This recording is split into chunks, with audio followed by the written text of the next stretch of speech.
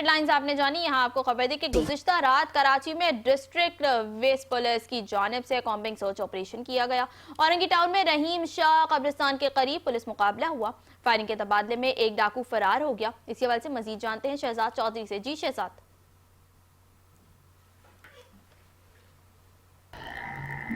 हाँ जी बिल्कुल, देखें रात के कराची में मुख्तलिफ हादसात और जो पुलिस की जानिब से कार्रवाइयाँ की गई, इनका मैं आपको बता दूं, डिस्ट्रिक्ट वेस्ट पुलिस का डेली बेसिस के ऊपर कॉम्बिंग सर्च ऑपरेशन किया गया, जबकि खारजी और दाखिली रास्तों को बंद करके घर घर की तलाशी ली गई। होटल में बैठे हुए अफराद की भी तलाशी ली गई। डिवाइस की मदद से क्राइम रिकॉर्ड चेक किए गए। एक जानिब और मैं आपको बताऊं तो औरंगी टाउन रहीम शाह कब्रिस्तान के करीब पुलिस मुकाबला हुआ, जिसमें एक डाकू को जांबाज किया गया, जबकि इसकी लाश को अस्पताल मुंतकिल करके मुकदमा दर्ज कर लिया गया है।